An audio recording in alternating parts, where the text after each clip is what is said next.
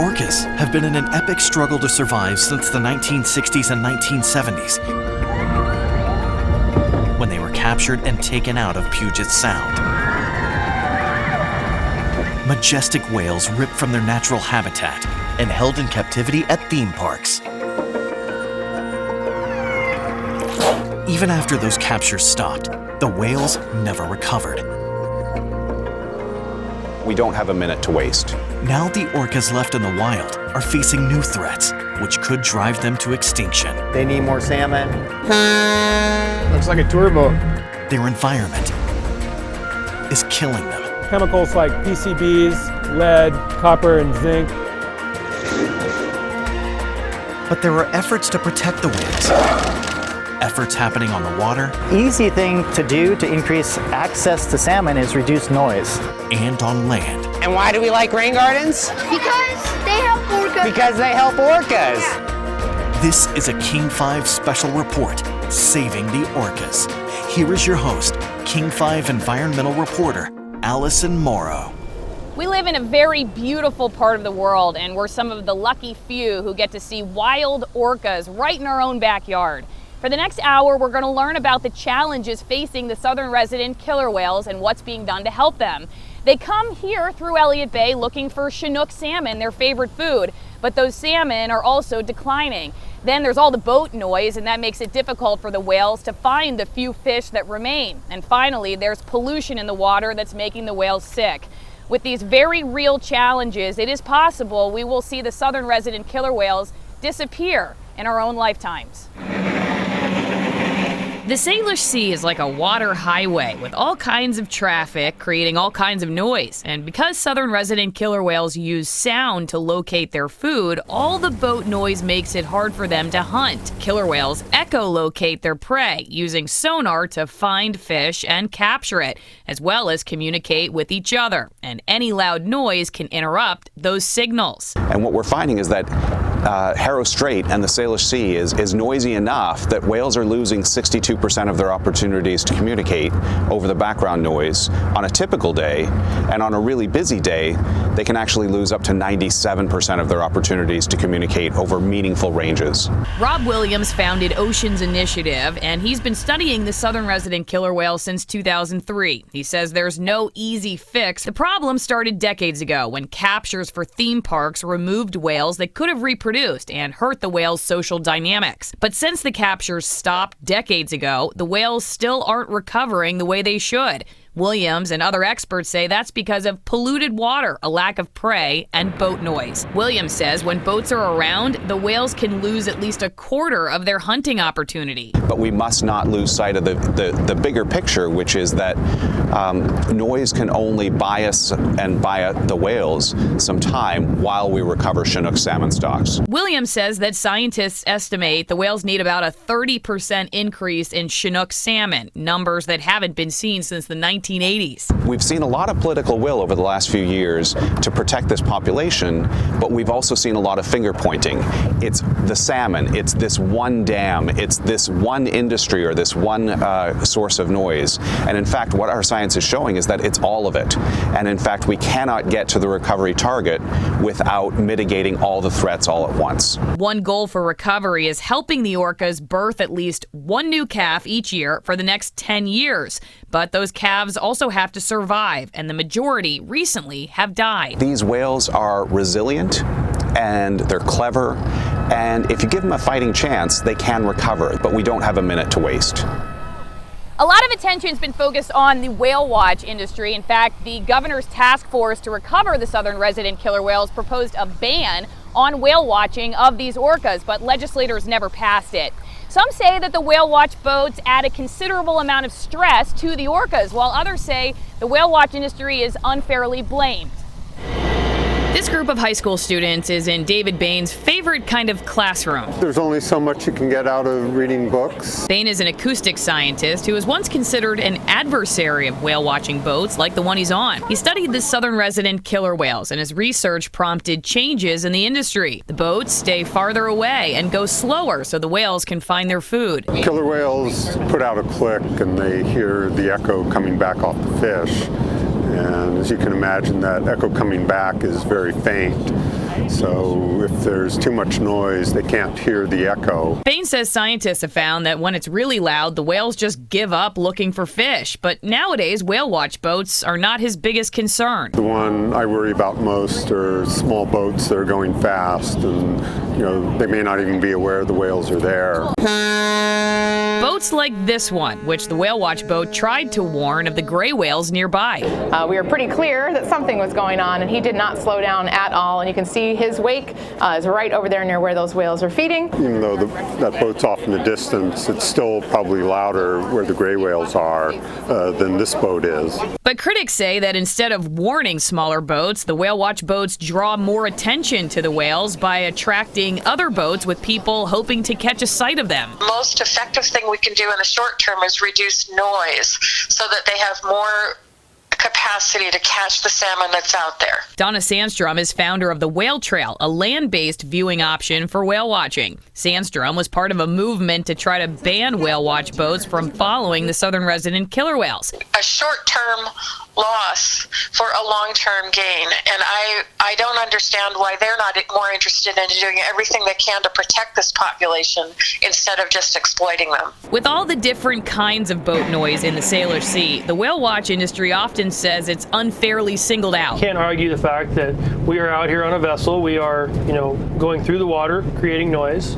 I would argue our presence is mitigated by, the education that we do. We're in essence the front line between the public and orca whales, and we're creating almost a relationship where people get to go out and experience orcas and learn about the whales and the wildlife and ways they can help the whales. Christopher Henke's family owns Puget Sound Express, and this boat has special technology that makes it one of the fastest, but also one of the quietest in the Pacific Whale Watch Association. Like many others, he says noise is an issue because there are so few salmon for the southern resident killer whales to locate. I think the orca whales are part of the salmon story, and I think the biggest hope for everybody is that we can restore salmon habitat and maintain our native salmon species.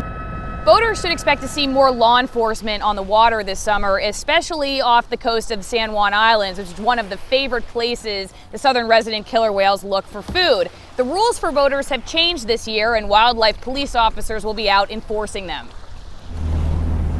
We never really know what we're going to see out here on a given day. Some days we'll see stellar sea lions, some days we'll see different birds, deer and such on the islands, but most of the time we're looking for marine mammals like the southern residents.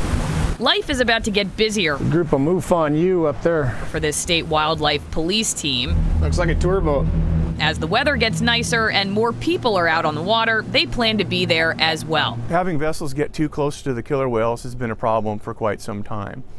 We worry about, in a worst case scenario, prop strikes, which haven't been known to happen, but we always worry about it, and also the cumulative noise of vessels being in close proximity to the whales. Sergeant Russ Mullen says officers with the Washington Department of Fish and Wildlife are mostly focused on operators of recreational boats and fishing boats who may not be aware there are whales around them. Looks like they're looking off the port bow. Boat noise hurts the orca's ability to hunt because they use echolocation to find fish, and that echo is drowned out by boats. Quiet is so important for the endangered orcas that state law is now changing to protect them. The changes to the existing law are going to be the addition of a 1/2 nautical mile go slow zone around southern resident killer whales, as well as expanding the no-go perimeter around the whales from 200 to 300 yards on the sides and 400 yards in front and behind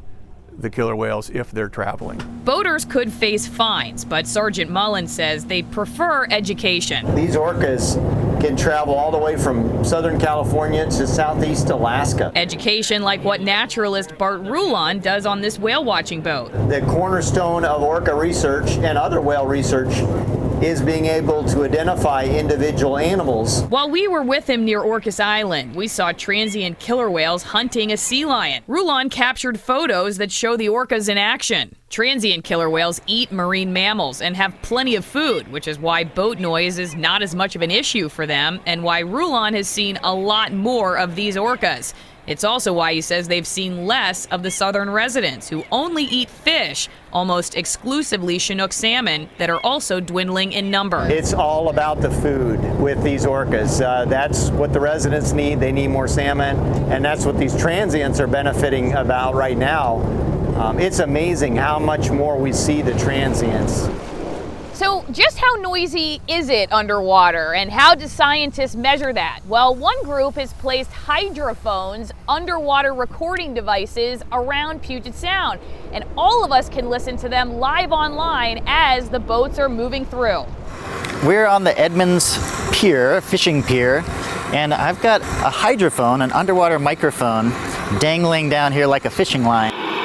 This is one of the areas the southern resident killer whales often visit when they come to Puget Sound. We have killer whales who are acoustic specialists living basically in the shipping lanes. Scott Veers is coordinator of Orca Sound's hydrophone network. The underwater acoustic monitoring system has shown just how noisy it is when the southern residents come here looking for food. Noise comes in lots of variety: small recreational boats, big cargo ships, and of course, the ferry system. And we can see the ferries leaving the dock now. The noise level is increasing, so now we're above 130 decibels. Now it's more than 133, so now we're at 136 decibels. Plus, they don't just contend with one boat at a time. It's sort of the lower frequency chugging of the distant ferry, and then a higher buzz from this powerboat probably. Now add in a train. I automatically make my voice a little louder so that you can hear me over the train whistle. Just like us, the orcas have to talk louder too, which may cause stress. Sometimes it's so noisy they just give up looking for food. Their preferred prey, Chinook salmon, are decreasing in number and much harder to find than a few decades ago. And that's why quiet is so important. The easy thing to do to increase access to salmon is reduce noise. He says quieting that traffic will make a big difference. Once you start turning the propeller in a way that causes this thing called cavitation, cavitation makes this really high frequency hissing sound. That's important for the killer whales because they're high frequency specialists and they click at frequencies that are well above what we can hear. Anything you can do to keep a propeller from cavitating will be helpful to the whales. You're starting to hear the Kingston ferry coming in. For Veers, all the other problems are still important to fix, like salmon habitat recovery and reducing pollution. The good news about noise in the ocean is that if you remove the source, or you quiet the source, the pollution goes away. Pollution is poisoning the southern resident killer whales. Coming up, we'll tell you where it's coming from and what's being done to clean it up.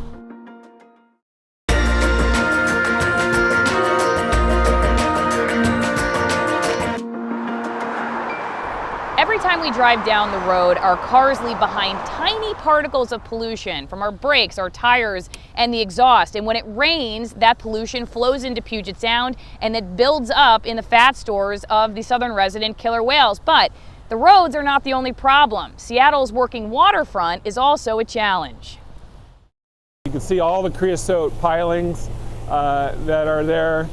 They're still leaching toxics into our waters. Whether it's these toxic wood pilings or chemicals leaching from a scrap metal recycling facility, Seattle's working waterfront is a focus for Puget Sound Keeper. When a lot of people think of stormwater, they think of roadways and parking lots and rooftops and things like that, but it's also industrial sites. And so the site over here and some of the ones behind me over here have been out of compliance with their stormwater permit. Chris Wilkie is executive director of the nonprofit that investigates water polluters, focused here on contaminants that can have lethal effects on marine life. There are chemicals like PCBs, lead, copper, and zinc at very high levels that are not safe for marine life. One of the key measures of that is whether or not it's safe to eat the fish. And we are going by right here to the right of the boat is a public fishing pier that has signs on it in 8 languages that's saying it's not safe to eat the fish. The southern resident killer whales are often called some of the most contaminated marine mammals on Earth. Their fat is filled with toxics like PCBs, and when they don't have enough to eat, they metabolize that fat, and that poison ends up in their blood. Start with the small microscopic organisms, and then tiny shrimp-like zooplankton, on up to herring, on up to salmon, and then on up to orcas and people. And every step of that food chain, those pollutants accumulate into, eventually, by the time you get to an orca whale, it's extremely unhealthy for the animal, but it's even unhealthy for the salmon and the herring as well. Here at Seattle Iron and Metals, a fire last year caused even more concern. Puget Sound Keeper recently reached $1 million settlement with the auto recycler, forcing them to make changes to protect the waterway. Wilkie says they're celebrating, but also critical of all the battles they have to fight. And the state is really not living up to their mandate. A lot of the toxic contamination issues that we have with our salmon and our orcas can really be traced to the fact that the state of Washington is not enforcing the Clean Water Act to the extent that they should. And when citizen groups like ours are able to step up and force industries into compliance, that's a good thing. But it shouldn't be falling on us to do this. This is really the central job of the state. The port says that it's done a lot to clean up the waterfront out here. Here's Port Commissioner Fred Fellman. Study of killer whales was my motivation for public service, and I'm proud of what the Port of Seattle has done to restore some of the polluted sites that they inherited. We're not making marine sanctuaries, but we are making life better for both the whales and the people who depend on the marine environment. We have over 8 marine parks that provide public access for the public, but also cleaned up the water so it becomes more swimmable, more fishable, but still we have a long way to go. Our wastewater flows into Puget Sound in both treated and untreated forms, and microbes like fungus and bacteria and other parasites make it into the marine environment. So scientists want to know how those microbes are affecting the southern resident orcas. Whenever a southern resident killer whale comes up for a breath, it sprays a mist into the air. It's a plume of valuable information that contain material from their lungs and their respiratory tract, and we hope to capture that on this nylon mesh if we're lucky. And then we'll close it back up again, and after that we'll extract the droplets that are stuck to the mesh. Linda Rhodes is a microbiologist with NOAA who is part of a team that's trying to understand how the killer whales are impacted by the tiniest of problems, microscopic organisms that are invisible to the human eye. Though lack of food is often a focus of recovery for the orcas, who depend on Chinook salmon, which are also dwindling in number, it's possible that disease is making the whales less likely to eat or even more vulnerable to infection. They carry a lot of parasitic worms in their intestinal tract, and it's not a surprise because these particular kinds of parasitic worms also infect salmon, and they actually need both the fish and the mammal for that parasitic worm to complete its life cycle. 3 years ago, 20-year-old male L95 was found dead from an infection that started at the site of a satellite tag, and researchers admitted they hadn't followed proper disinfecting protocol. Started at the skin and spread to the lungs, and we figured out what species of fungus that is. And it's a fungus that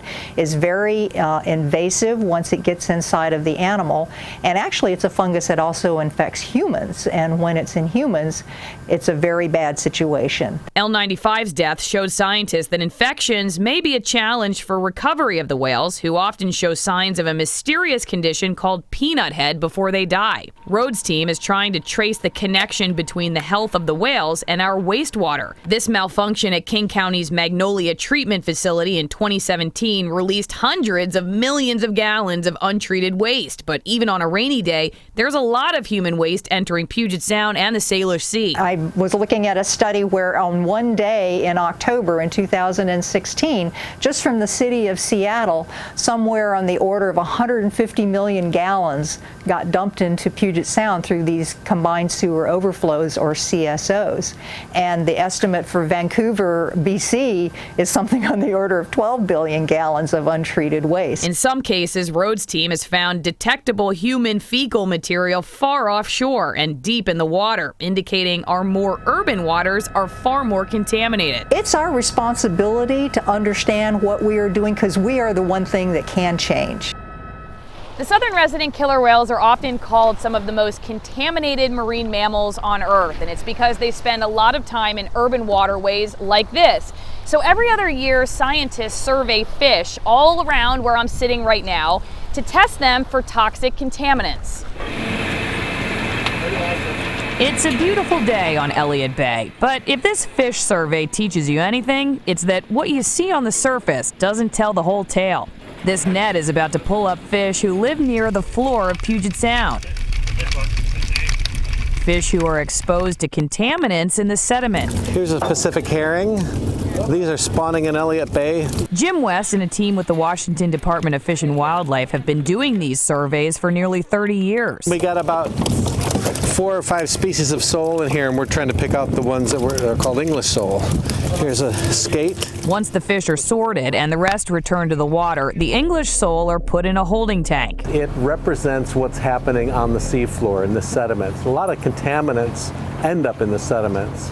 And so we want a species that's living there and feeding in the sediments. But in the sediments, the contaminant loads in Puget Sound are pretty much in the urban areas. So we can find English sole out in the middle of Puget Sound that are really clean, but as soon as you move into a place like Elliott Bay here, they're highly contaminated. West says in 7 of 10 survey sites, the contaminants are either not declining or getting worse. Over the course of our lives, the more we eat, the more it accumulates. And if we eat a fish, we are then consuming and accumulating what the fish has eaten. And so as you move up the food chain, you get higher and higher concentrations of these bioaccumulative contaminants. Senior research scientist Sandy O'Neill calls the fish an indicator species that gives early warning signs of the health of Puget Sound. They're tested for chemicals used decades ago, like PCBs, as well as what are called contaminants of emerging concern, like pharmaceuticals. When you get a prescription, you go to the pharmacist, the first thing the pharmacist does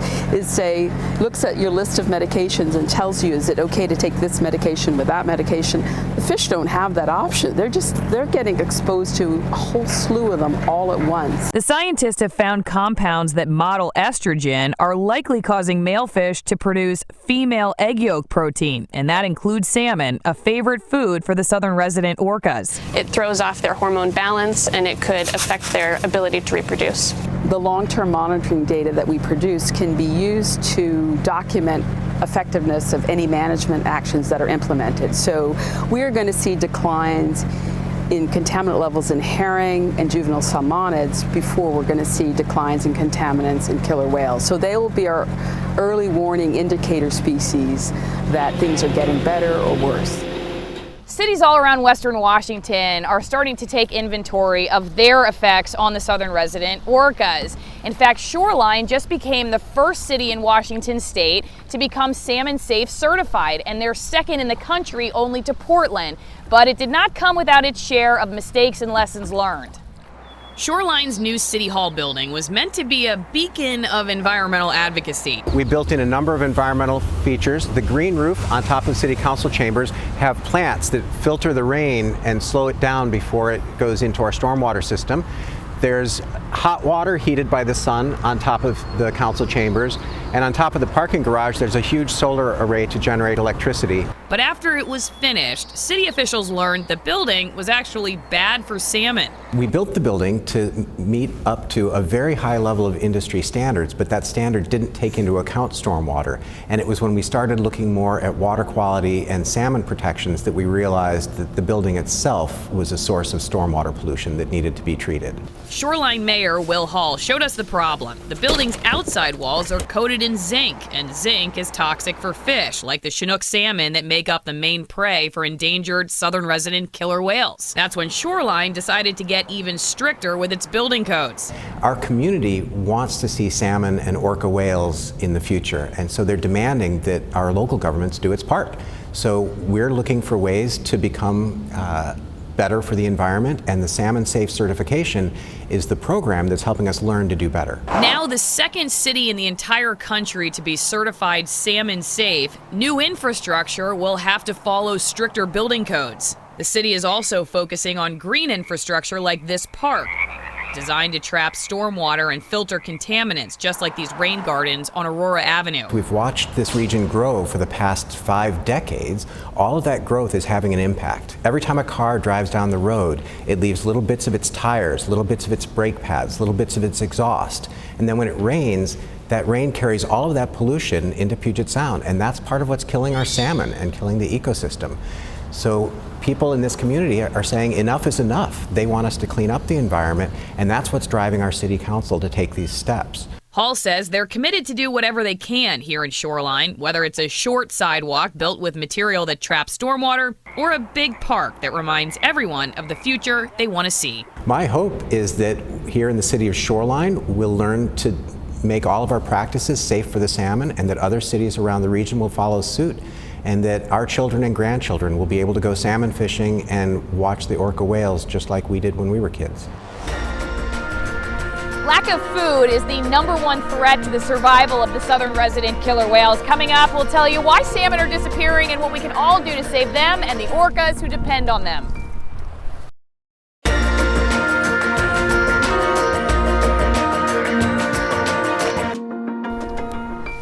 So far this hour, we've learned about how noise and pollution are hurting the southern resident killer whales, but the main challenge to their survival is a lack of food. You see, these orcas don't eat other marine mammals or sharks like other orcas do. They only eat fish, and their favorite food, Chinook salmon, are also declining. So the story of saving the orcas is really a story of saving salmon. First, we're going to go to the Skagit River, one of the most important rivers for salmon in the Puget Sound region.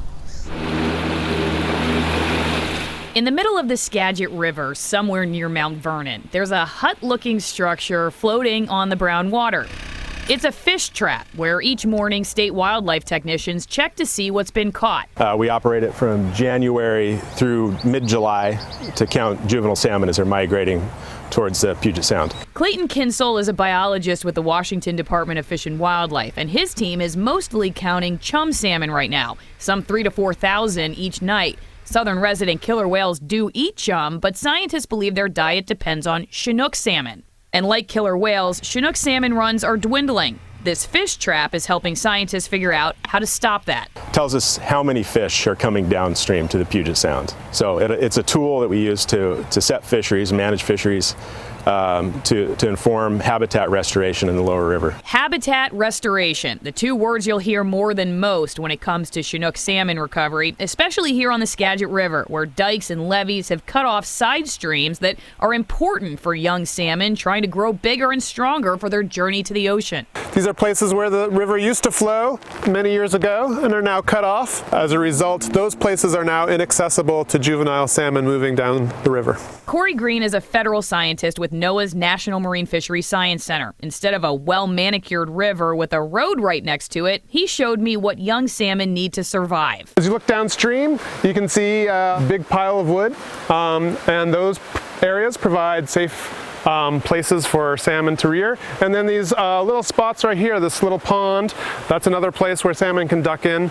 This land is what Green and other scientists call a freshwater floodplain. It's important for salmon, but it also makes for great agricultural land and scenic riverfront properties. The Skagit has lost more than 50% of its floodplains, and Chinook salmon runs are just 10% of what they once were. A pretty large wild population, the largest in Puget Sound.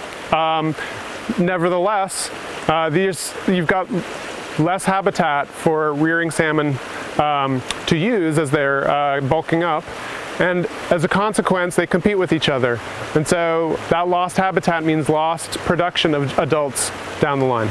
It's on rivers like the Skagit where scientists and others are trying to figure out a balance so we can produce food for hungry humans and food for hungry whales. It's going to take a long time to feel the effects of recovery. And so there's some short-term solutions people can take, and there's going to be longer-term ones. And if we want to have a population of salmon to feed those orcas, we need to think about the long-term as well as the short-term. And those long-term solutions really are about habitat. You just saw the importance of the habitat upriver, but the part of the Skagit River that empties into the Sound, called the estuary, is also vital habitat for salmon. It's where salmon take even more time to grow up big enough to venture out to the ocean. The channels give safe habitat filled with food for growing Chinook, but areas like this have decreased by 80%. Right now, the area's carrying capacity is about 1.5 million Chinook, and scientists want to increase that by 60%. That will mean restoring hundreds of acres and protecting existing habitat like this. Right now, I'm the 7th generation, from my ancestors at the treaty signing time. And I don't think they could ever imagine, what things could have changed to, looking at the landscapes they are now. It's a societal experiment, and we'll see if society's willing to change behavior enough to do the work to protect the habitat, to restore enough habitat to achieve salmon recovery goals. There is so much habitat to restore for salmon that some estimate it could take 90 to 100 years. So some farmers are stepping up and taking the lead, and one of them is helping restore salmon habitat in the South Sound's most important river system. Jerseys are known as some of the best dairy cows, but they're also known for their personalities. Jerseys are very curious. If there's a gate open, it won't be just one, they'll all go. John Van Warrigen's granddad bought the farm in 1936. His father describes the nearby creek decades ago as full of salmon. I'd like to bring it back to that. The idea was, with doing this project, was to make it so my grandkids and my grandkids' kids would be able to see that very thing. So the organic dairy with the curious cows is now the site of one of King County's latest salmon habitat restoration projects. Crews excavated this side channel of Boise Creek, one of the most important habitats for wild spring Chinook. Boise Creek is the only stream in King County that provides habitat for spring run Chinook, which is one of the most rare runs of salmon in Puget Sound. So we are very keen on restoring and enhancing the habitat in this stream in particular, so we don't lose that fish run to extinction. Josh Kahn says Boise Creek was channeled decades ago for agriculture, and the water often moved too fast to allow young fish the time to grow properly. And if there were high flows, they could get flushed out into the White River way before they were old enough to survive their migration out to Puget Sound. So having them stay in this stream system for as long as possible was really helpful to them in terms of maximizing their potential to survive. It's why projects like this are focusing on partnerships with farms and private landowners to restore hundreds of miles of river habitat in King County. We're trying to do everything we can to protect the salmon, protect the water, protect the ground that we farm, and hopefully this would show that that's exactly what we're trying to do. Habitat is not the only challenge facing salmon recovery. Seals and sea lions eat the fish and compete with the orcas for food, which has some calling for the killing of the marine mammals to save the orcas. One by one, they were all found dead. More than a dozen sea lions shot, many in the head, washed up around Puget Sound last year, mostly in West Seattle. Sea lions and seals are often seen as adversaries of fishermen. A recent paper published by federal scientists shows that in Puget Sound, seals and sea lions eat twice as much Chinook salmon as southern resident killer whales and catch 6 times more Chinook salmon than recreational and commercial fishermen combined. Here at NOAA's Manchester lab, scientists are learning more about another kind of fish that may unlock new information to save salmon. So we've been studying the survival of steelhead smolts as they migrate through Puget Sound and trying to figure out why they are dying as they make the brief migration from the river mouths to the ocean. Barry Barajekian is a supervisory research fisheries biologist with NOAA's National Marine Fisheries Science Center. They've injected acoustic transmitters in steelhead that are detected by hydrophones on the floor of Puget Sound. They've also put detectors on harbor seals to see how they interact with the steelhead. In some cases, they found the fish transmitters where harbor seals spend time on land, indicating they are eating the fish. But they noticed some years the seals ate more, and some years they ate less. And the scientists believe it's connected to abundance of what's called forage fish. And these other prey resources, such as herring and anchovies and other bottom fish, are much higher in fat and much more abundant. So we think that seals and other things that prey on steelhead and salmon would prefer to eat those if they were abundant and when they're abundant. At this lab, scientists believe seals and sea lions would prefer smaller forage fish, but those fish aren't always here. Barajekian says they've started to see a connection between warmer water and an increase in anchovies. And when there are more anchovies, less steelhead are eaten by seals and sea lions. Essentially what we're saying is that if we're right about this and that predation is greater on salmon and steelhead when other forage fish and other fish abundance is low, then really what we're talking about is restoration of the Puget Sound ecosystem to support these other prey species. While scientists are studying the problem of predators and habitat loss, hatcheries are producing more Chinook salmon to try to make up what's been lost. Governor Inslee has included $12 million in his operating budget to increase the amount of Chinook salmon produced at state hatcheries. But simply raising more fish is not enough. Hatcheries are having to change the way they operate to make sure more fish survive and make it to the whales. It may look like a water park amusement ride for salmon, but this is the way hatchery Chinook are marked for identification when they return to Puget Sound as adults. Their adipose fin is clipped, and 200,000 of them will also be injected with identification tags. To solve the salmon problem is the same problem as trying to solve the orca problem. It's all interwoven. It's not just one piece is going to fix this big, huge problem that we have. Tulalip Salmon Hatchery Assistant Manager Jesse Rood and his colleagues are working to improve the health and survival of the fish they release. Instead of releasing them all at one time, which is standard protocol, they're now experimenting with 3 release dates by changing water temperatures and how much the fish are fed. So we got 3 different programs, early, normal, and late. And the earlies are going to be released here in a couple weeks. The normal group will be released in June, and the late group will be released in August. Governor Inslee has included $12 million in his budget for increased hatchery fish production. And by the rate that they grow in the hatchery and when they're released, that can affect how many come back and how big they are. Like they might stay in the ocean an extra year and come back as a larger adult, and that's what we're trying to come up with. But studies have shown that hatchery fish can have a negative impact on wild fish if special precautions aren't taken. Making sure we're not just dumping fish into a system with a bunch of wild fish, and they're both competing for food, and just making sure that we're not outplaying anything. And if we are having an effect, what exactly are our effects, and are they adverse effects, or is the effect not really creating any major issues? Trevor Jennison manages one of the state hatcheries, producing all that extra Chinook to help feed the southern resident killer whales. The fish that come back, they're 80% hatchery fish, right? It's just the way it is.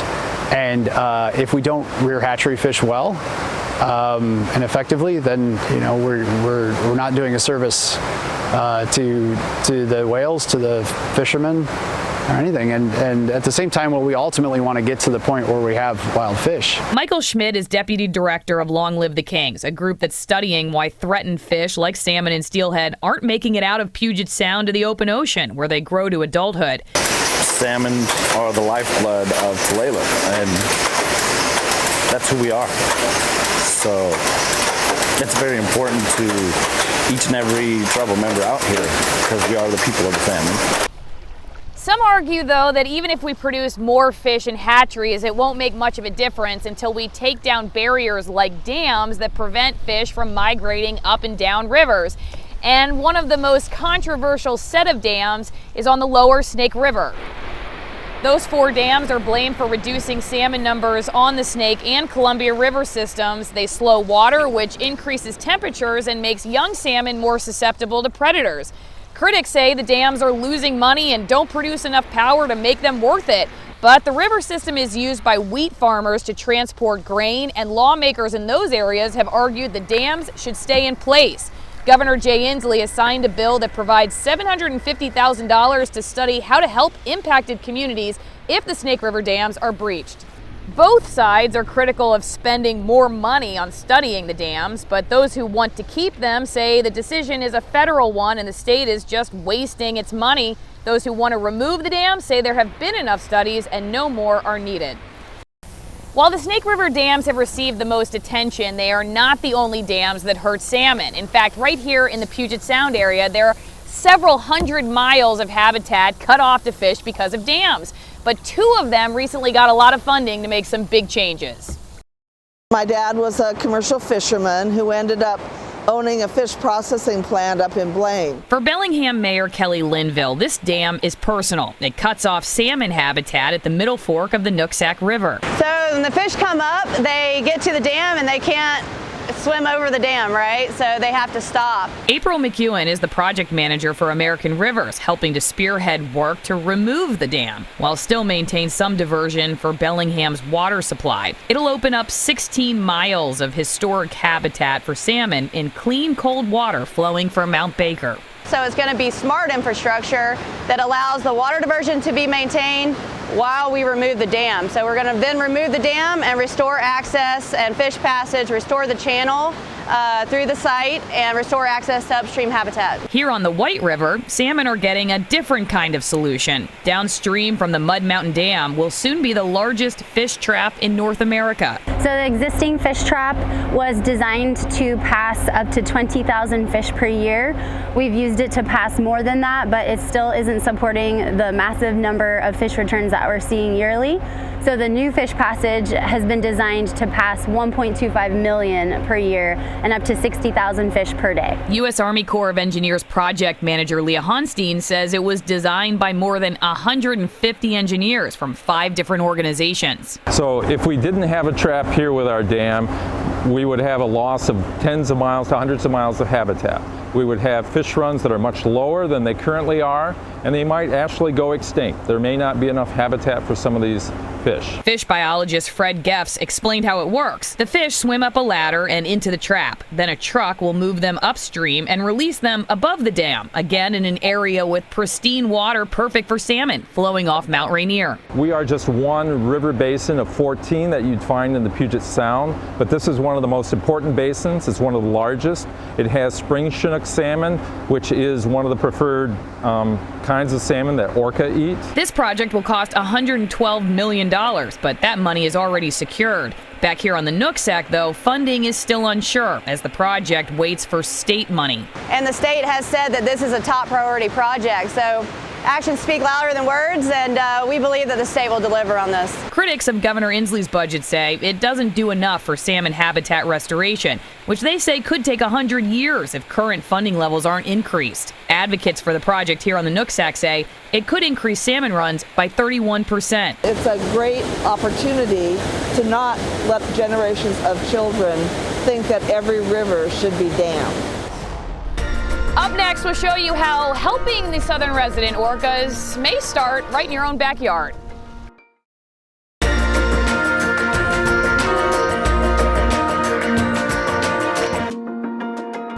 The problems facing the southern resident killer whales can feel overwhelming, and it can be hard to imagine that regular people just like you and me can make a difference. But that's exactly what we're about to show you, and we'll start right here in West Seattle.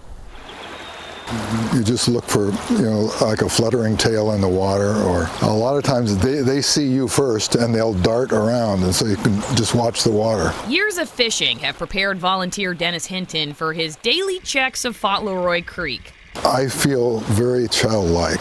I mean, really, like a kid in a candy store. For decades, the creek was essentially dead. It served as a drainage ditch with dirty water that fish couldn't even swim up. It went the way of many urban streams and became a dumping ground. Urban stormwater is lethal to coho salmon. This video shows what happens when coho are put in the toxic mix of runoff. They gasp for breath and eventually die. What happens in the ocean happens in the ocean. We cannot control it. But what we can control is the health of the habitat for juveniles. Judy Pickens bought the property several decades ago, but admits she didn't initially want to get into salmon habitat restoration. Thanks to her willingness and a lot of volunteers, new vegetation, a fish ladder, and other improvements have turned the once dirty drainage ditch into a creek that welcomes dozens and sometimes hundreds of coho every year. They are great advertisement for the major environmental work that is going on and needs to go on outside of the city. Though this creek is home to coho, it's Chinook salmon that make up the main prey for the southern resident killer whales. But coho are often seen as an indicator for salmon health, which is why Pickens looks at the creek in her backyard as an important messenger for all salmon. They will recognize that salmon are critical to orcas, whether those salmon are Chinook or chum. It doesn't really matter. They're salmon. It's a simple message. Salmon are important, so how do we keep them here? So I'll do a couple of scoops here and see what we come up with. We didn't find any fish on our search, but Hinton will be back tomorrow, just like he is every day. This is not the Columbia River, obviously, but it's a little something that we can do, you know, and feel real good about and feel close to nature and in our own minuscule way, saving the world, you know, one fish at a time. Fauntleroy Creek here in West Seattle is a small urban waterway, but the ship canal that runs under the Aurora Bridge is huge, and the roadway above it is a real problem. The stormwater running off of it when it rains looks like coffee, and it's toxic for marine life, but the area under the bridge is now getting a makeover with rain gardens that trap and filter stormwater so that it is much cleaner when it finally flows into Puget Sound. Rain gardens are one of the main ways scientists say we can clean up stormwater runoff and reduce the amount of pollution in Puget Sound that's hurting the orcas. And we're never too young to get started, as one group of elementary school students in Tacoma recently learned. Careful, careful. It may look. All right, good job, guys. And even feel like recess. The kids like to play in the dirt. Kinda true.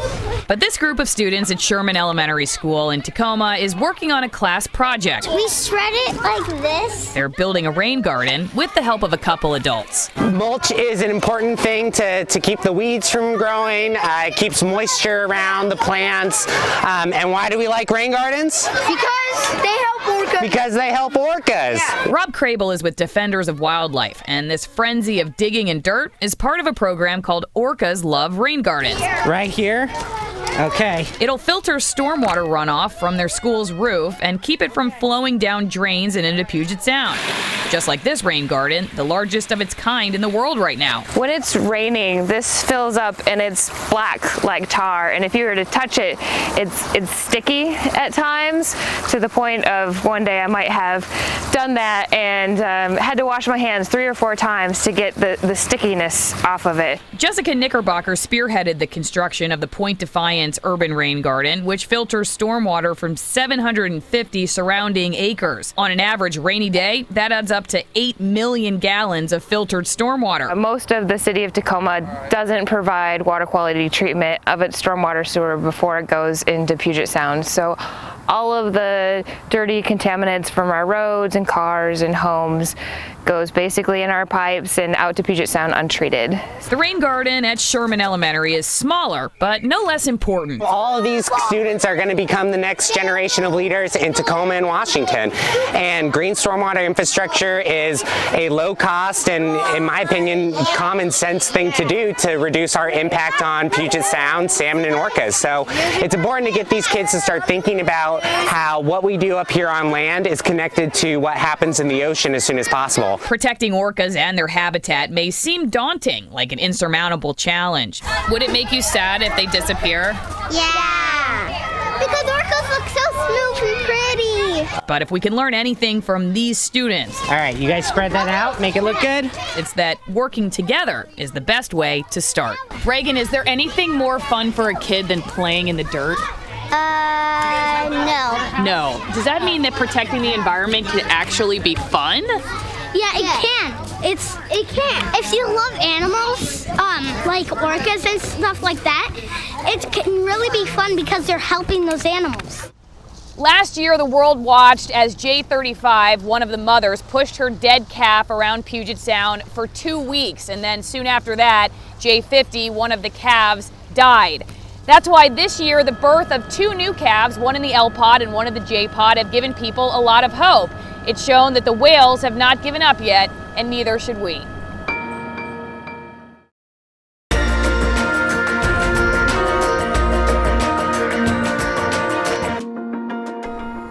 To call the southern resident killer whales iconic is an understatement. For some, they're a vital part of this ecosystem, and for others, they're a symbol of great beauty. The Lummi tribe even believes the orcas are their ancestors. When I started covering the southern resident killer whales several years ago, it was during the baby boom when several adorable calves were born. But since then, I've written both the birth announcements and the obituaries for the very same whales in just a few years. I believe the story of the southern resident killer whales has shown us both the worst and the best about us. But the question is, how will the story end? I believe we're witnessing a great moment in history, and history will be our judge. Again, I'm Allison Morrow. Thanks for watching.